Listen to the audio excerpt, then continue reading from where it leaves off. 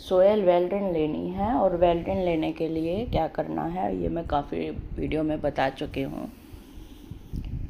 Hello everyone, welcome है आप सभी का आपके अपने ही चैनल तरु वाटिका में। दोस्तों, ये इक्जोरा का प्लांट है। इक्जोरा में काफ़ी वैरायटी आती है। मेन इसकी दो वैरायटी होती है, एक देसी और एक हाइब्रिड। ये देसी वाला है, इसकी हाइट थोड़ी ज़्यादा होती है और हाइब्रिड की वैरायटी थोड़ी कम होती है।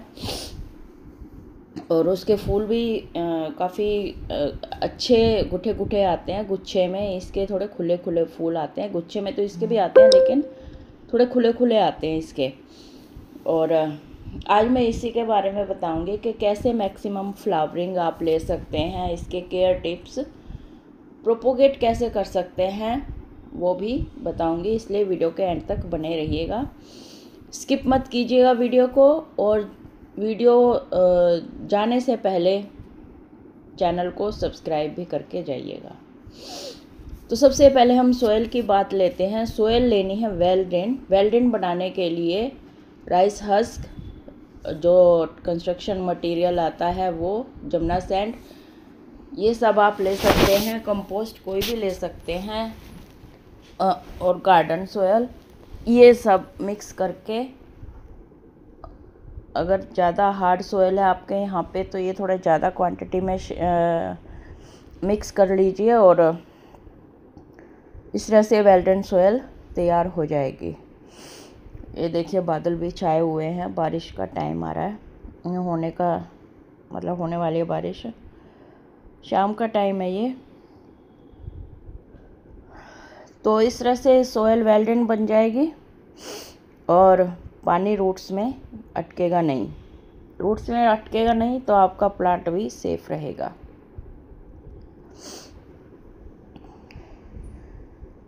और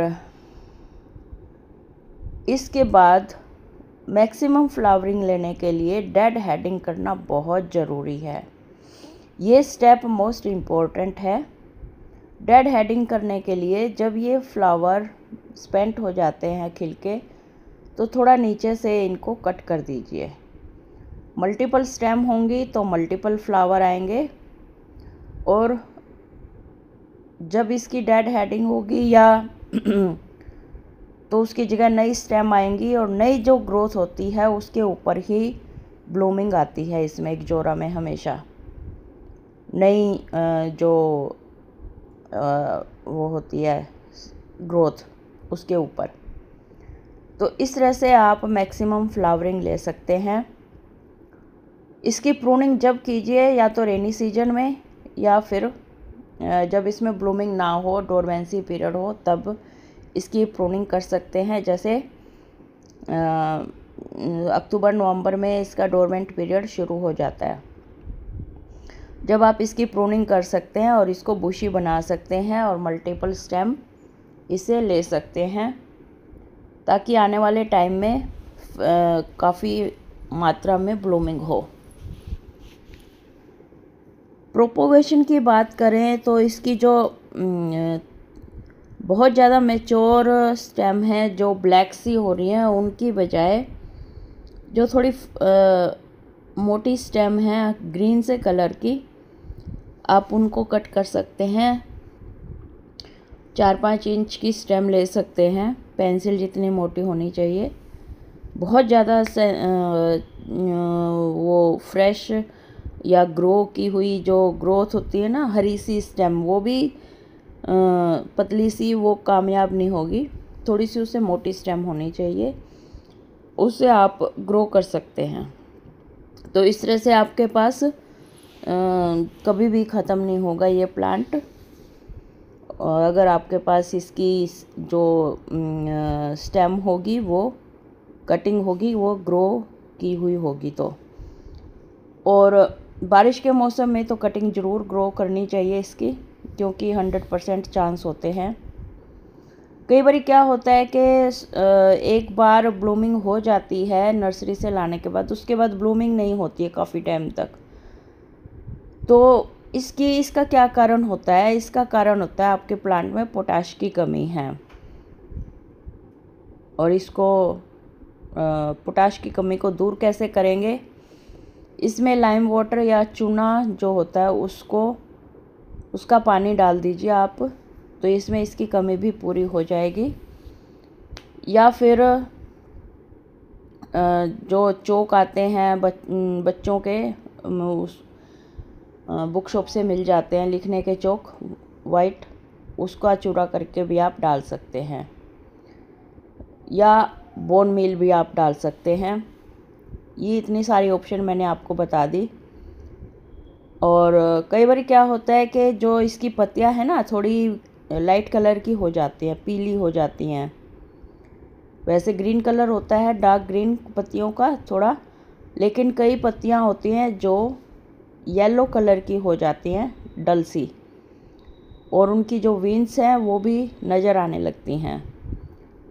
इसको दूर करने के लिए आप क्या कर सकते हैं, अनियन पील फर्टिलाइज़र और या फिर बनाना पील फर्टिलाइज़र, दोनों को मिक्स करके अगर पानी में डुबो कर रखेंगे एक दिन, तो उस पानी को अगर आप देंगे रेगुलर इसमें, मतलब हफ्ते में एक बार अच्छी तरह से उस पानी को दीजिए, तो इसका वो जो डिस्कलरेशन वाला जो प्रॉब्लम है वो भी दूर हो जाएगा। और नर्सरी से लाने के बाद अगर आपके प्लांट में नहीं आते हैं फ्लावर, तो अगर आप केमिकल यूज करते हैं तो NPK 19-19-19 ले सकते हैं। बाकी मैं केमिकल यूज करती ही नहीं हूँ, मैं तो सिर्फ ऑर्गेनिक ही यूज करती हूँ। और पानी का खास ख्याल रखना है, ये भी नहीं कि आप इतना पानी इसमें कर दो कि पानी इसका सूख ही ना पाए और दोबारा वाटरिंग कर दो। अंडर वाटरिंग और ओवर वाटरिंग से इसको बचाना है। सर्दियाँ इसका डोरमेंट पीरियड होती हैं और थोड़ा सा ये हल्का हो जाता है, पत्ते इसके झड़ जाते हैं, इसलिए डरे नहीं, नेचुरल प्रोसेस है ये। सर्दियों में फरवरी आते आते इसमें न्यू ग्रोथ होनी शुरू हो जाती है। आप उस टाइम उसमें जो खाद का प्रोसेस है, फर्टिलाइज करना, वो सब आप शुरू कर सकते हैं फरवरी में और अक्टूबर में। फरवरी में कीजिए क्योंकि सर्दियों में इसका डोरमेंसी पीरियड होता है, इसलिए उसमें खाद देने का कोई फ़ायदा नहीं होता है, कोई प्रॉफिट नहीं मिलता है हमें। इसलिए हमें चाहिए कि उस टाइम इसको रेस्ट करने दें और खाद फिर फरवरी में जाकर इसमें डालें जब बाहर का मौसम होता है, और खूब अच्छी तरह से इसको फर्टिलाइज करें, हैवी फर्टिलाइज। अगर गमले में होता है तो न्यूट्रिएंट्स की थोड़ी कमी होती है। ये गर्मियों में, अब बारिश के टाइम, अब इस टाइम खूब फ्लावरिंग देता है, और लेकिन अगर ज़मीन में होता है, क्यारी में, तो ये पूरी साल आपको फ्लावरिंग देता है, पूरी साल, नवंबर दिसंबर तक। बस इसमें यही है कि गमलों में थोड़ा न्यूट्रिएंट्स प्लांट्स को कम मिलता है, इसलिए थोड़ी केयर करनी पड़ती है। जबकि क्यारी में होता है, ज़मीन में होता है प्लांट, तो हमें इतनी इतना केयर नहीं करना पड़ता। और ये देखिए, जब ये स्पेंट हो जाते हैं फ्लावर, तो इसको कट करना बहुत ज़रूरी है। अदरवाइज क्या होता है, क्यों ज़रूरी होता है ये अगर हमने स्पेंट फ्लावर की डेड हेडिंग नहीं की, तो क्या होता है, प्लांट समझता है कि इसमें सीड पोड बनने शुरू हो जाते हैं, और प्लांट को ये लगता है कि मेरी अब लाइफ पूरी हो चुकी है, तो वो ब्लूमिंग करना बंद कर देता है और सीड पोड बनने शुरू हो जाते हैं उसके,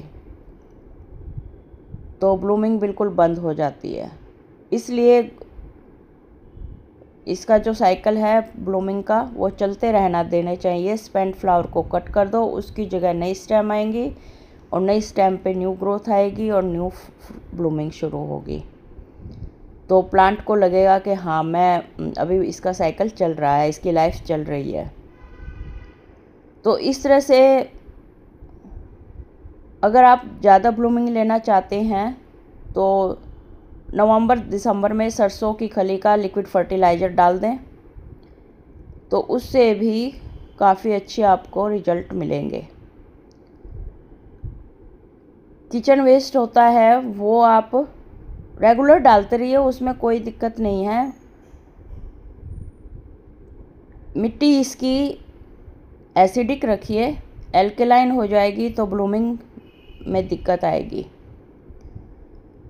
तो ये तो थे कुछ टिप्स ज़्यादा ब्लूमिंग लेने के लिए। आई होप आपको वीडियो अच्छी लगी होगी। अगर कुछ भी अच्छा लगा है तो लाइक शेयर और सब्सक्राइब तो बनता है। Bye bye, take care.